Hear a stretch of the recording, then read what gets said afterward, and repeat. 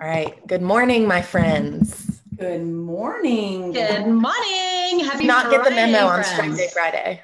I'm so It sorry. is Oh, Stripey I know, Friday. I know. We should have let you know for sure. I For know. sure. Liz and I, of course, Mary Cheatham, you know this, but for anyone else watching, we used to share an office, and every Friday you had to wear stripes. That's You right. had to. It was Right. unplanned, wasn't it? But it was a fun That's just little the way it thing. worked out. It was one day of the week I knew what I was going to wear. I was just going to wear the same stripy shirt, and it was great. It was your Friday You uniform. washed it. It's my uniform. That's right. You I love guys, it. oh my God. Hold on. Please hold. Holding. Can you hear it? She's playing our It's our intro song. Oh my gosh, I'm so excited. Liz. We got to work on the sound quality, but other than that, I think we're there. Other than that, you just keep talking about it. We got to do it. That was Oh a my nice gosh, surprise. Liz, that was Implement good. it. That was really Wow. good. Well, rolling straight from that fantastic Intro. moment, we're gonna roll right into our fun conversation today. Mary Cheatham, I'll of course let you introduce our special guest for today, but just kind of letting everyone know I'm excited to be a fly on the wall here and listen to two experts in our community about our local real estate market. So Mary Cheatham, take her away. Well, Meg, I think you're selling yourself short on that one. I mean, you Right. absolutely are also an expert in our local real estate market, right? And I understand Just in a what you're different saying. way. Well, and I understand, you're not having the conversations with buyers and sellers every day. And so I love that fact that, you can ask some questions and kind of get involved and help make sure that we are being clear about our thoughts on things. But our special guest today is Liz Wayne. And so Liz is our listing specialist. She, is just an incredible asset to our team, a great friend to us all. If you're around Liz and you don't start laughing, you can't hear what she's saying. Yes. I'm a joke. So anyway, we are thrilled to have Liz here. Liz is a total numbers person. She is absolutely somebody who can just cut through things and kind of distill it down, which is one of the reasons that we wanted to make sure she was here with you guys today and able to provide her insights. So Liz, thank you for being here. Happy to be here. I kicked the husband and the 16-week-old baby out. Exactly right. So thank you, Mike Wayne and Amelia Kate. Oh. Exactly right. That's right. I know, Meg, yesterday we were saying, my car broke down yesterday while I was opening up a house on Ocean Ridge. And so Chip had to hop in his car, bring the jumper cables and come and jump my car. And Liz had the best idea, which is that we need to have a series that's called The Husbands of MCKRE.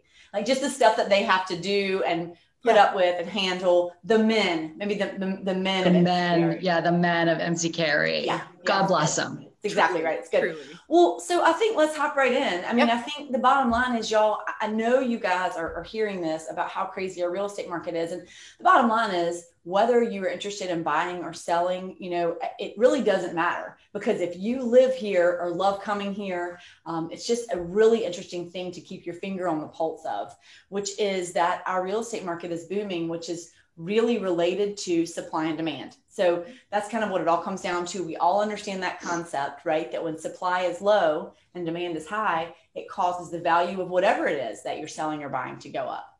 So that's kind of what we're dealing with now. And we're trying to figure out, one of the things that's interesting is, as of right now, guys, we're through the first quarter, of course, and April. So we're 1 month into Q2. But if we're really directly comparing data from this year to last year, we only have 1 quarter to work with. So what that means is that some of the percentages and the overall hard facts that we're looking at, we don't have a complete data set. So what we know is what we can feel on the ground, and what we can look at is Q1 of 2020 versus Q1 of 2021. And absolutely there's growth, but y'all, I think we need to start out by saying, think about what was happening in Q1 of 2020. Yeah, which that's was exactly right. Yeah. I mean, we were I remember like January and February, we were kind of rocking a little bit, right? Things were good. And then the needle kind of went off the record in March. Right? Wouldn't y'all say that? Yeah. I remember that. Yeah. And so, we see these huge increases. Liz, break it down for us. Like, what's the Q1 versus Q? So in other words, Q1 2020 versus Q1 2022. Yep. And then let's look at specifically March. I love I said 2022, looking ahead. 2021. Live in the future. Yeah. That's exactly right. That's right. Predict in the future. Right. That's right. And then let's look specifically at March. That's exactly right. So Q1 to Q1, taking apples to apples, just purely from a time frame, a data set. the increase is 36%. So that's a substantial amount of growth for just one quarter. Now, wait, you're talking about sales prices? Sales price. Okay. Sales price. Okay. The average sales price from Q1 to Q1 year over year is a 36% increase. Right. Okay. So yeah, go ahead. Yeah, break it down. Yeah. So what that means is we know that January and February of last year was low and it ticked up in March. We know that January, February, March of this year have all been incredibly strong. So there's a huge amount of growth just built into this very small data set that we're looking at. Yeah.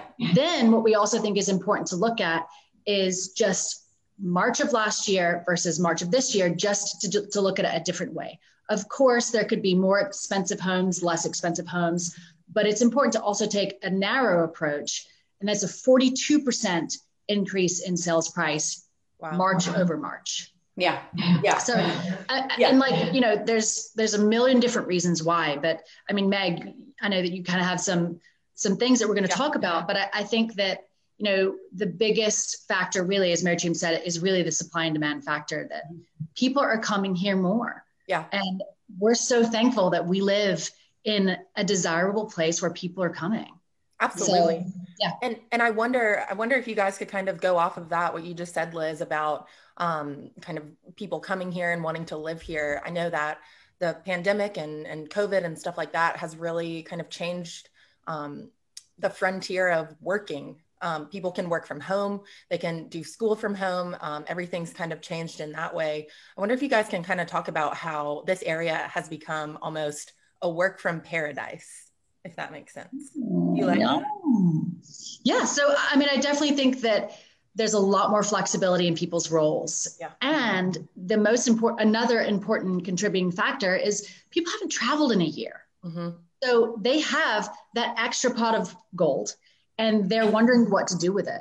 Right. And so in previous years where they may not have been able to qualify or afford a second home, now having a good enough excuse to say, well, I can work there for a month remotely, it's helping people kind of digest the big decision of buying, you know, a second home or moving here permanently, thankfully, because our school systems are so great.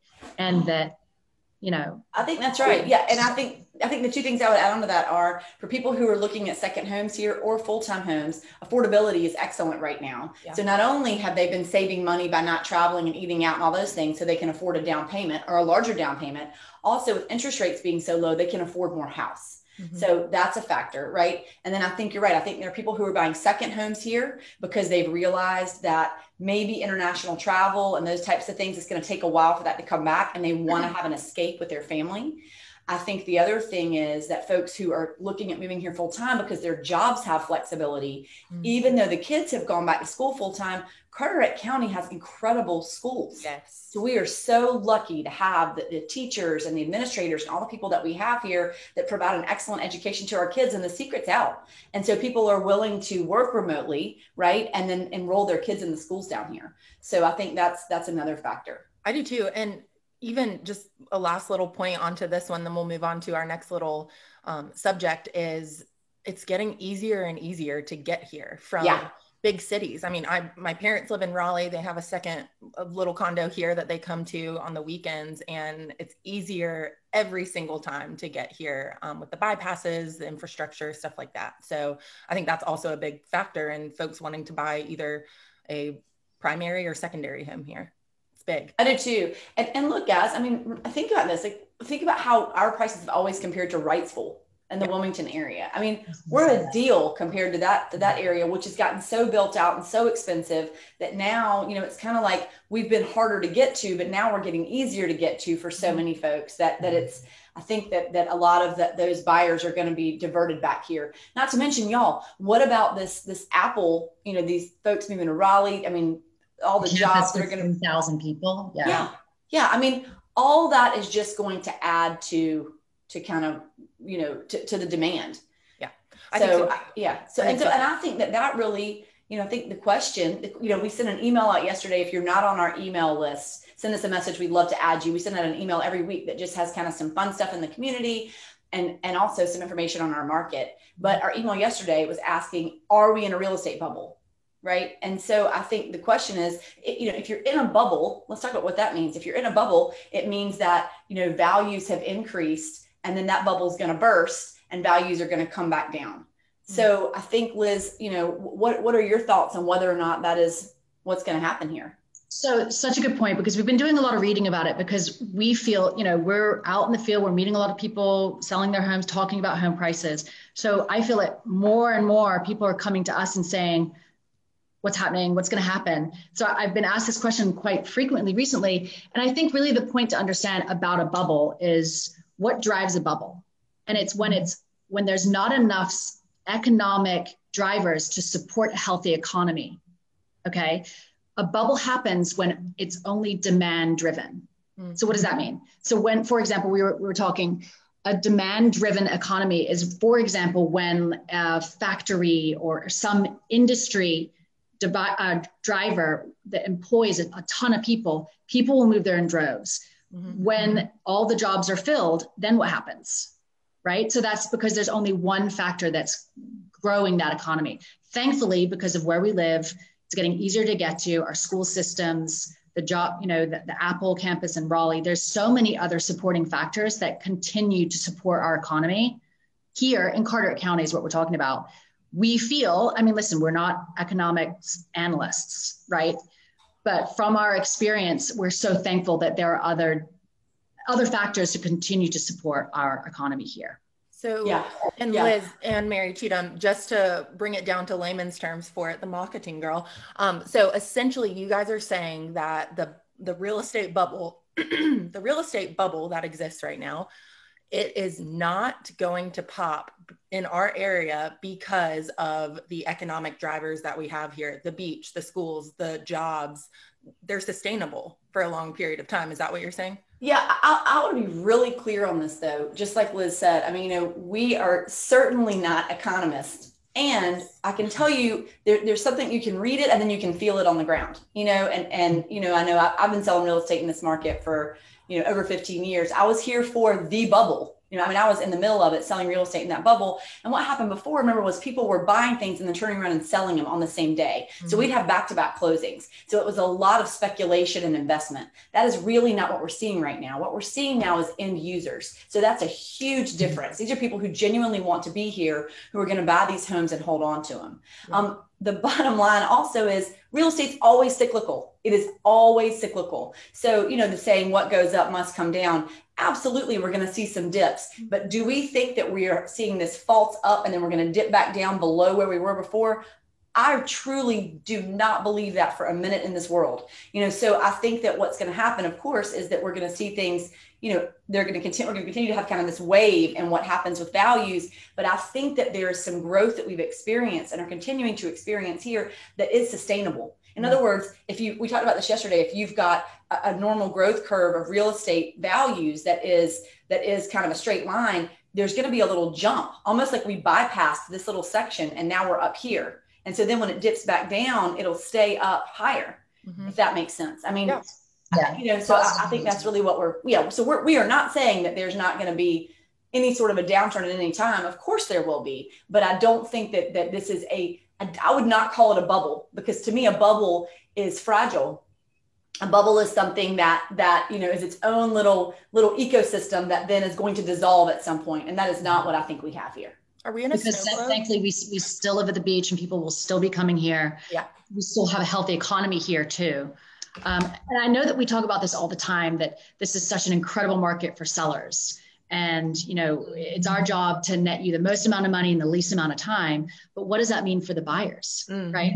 So what we talk about all the time is so important now more than ever to have that informed, educated, professional buyer's agent, Laura and Belinda, that's right, to guide you through the process. Because what we're experiencing, so I only ever work with sellers. What we're experiencing here is an intensely competitive market.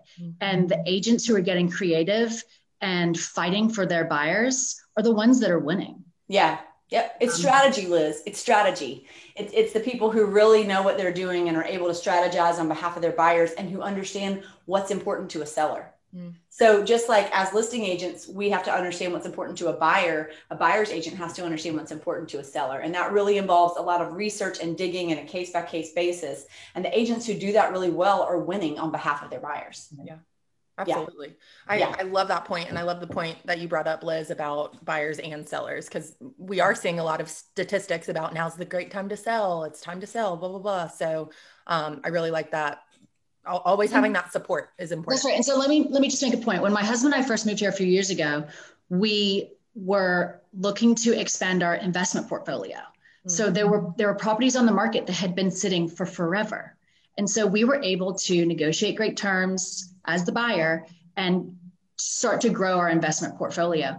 Now there's very little inventory that's been sitting on the market for a long time. So it's hard to get those good deals, right? So in those scenarios, you have to do a lot of digging from the buy side to try and lock down those, if you're looking to expand your investment portfolio. So it's the market has shifted, and we know that the population is growing. We know in Carteret County, we know that there's more people coming here. So it's just, you're going to be up against more competition, which is a challenge for a buyer, but really a blessing for the sellers. Absolutely. Yeah. Y'all, as we're wrapping up, I'm curious if you guys have any kind of final thoughts, anything that you want to leave folks with as we sign off before we ask our favorite question to the both of you. Any final thoughts? I think my final thought would just be, if you have any questions about the market, just reach out to us. And if you're considering buying or selling, it certainly does not have to be our team. It's just so important that you partner with a really great real estate professional that can guide you through buying or through selling, because it's gotten pretty complicated, right? I mean, it's just understanding the nuances of whatever market you're in. And look, guys, if you're watching this and you're in Charlotte or in Raleigh or wherever, the same rules would apply, just in terms of I think the market's gotten very competitive, and having somebody really smart and strategic on your side, no matter what your goals are, is huge. And if you're watching this and you're not buying or selling, but you own property in Carteret County, what great news, right? So, you're sitting pretty and just enjoy it. Just smile heading into the weekend. Yes. That's awesome. Well, y'all, thank you. Liz, thank you for your time today. I know you two are busy little bees, so I'm very glad you guys same outfit, basically, got to join us in the same outfit. Before we hop off, I want to ask both of you, what's saving your life right now? I'll go first. Gosh, I'm so unprepared for this question. The weather. Yeah. The weather. It's good. It's good. The weather. Yeah. It's amazing. My husband and my 16-week-old baby, yes. And my family, my dog, Waffles, yes. And the weather. It's going to be like 80 something degrees this weekend. I know that the weather also positively impacts the rest of my family. So the weather affects, amazing. Everybody. Amazing. That's good. I think what I'm going to say is what's saving my life right now is I'm so looking forward to the MCKRE events this evening.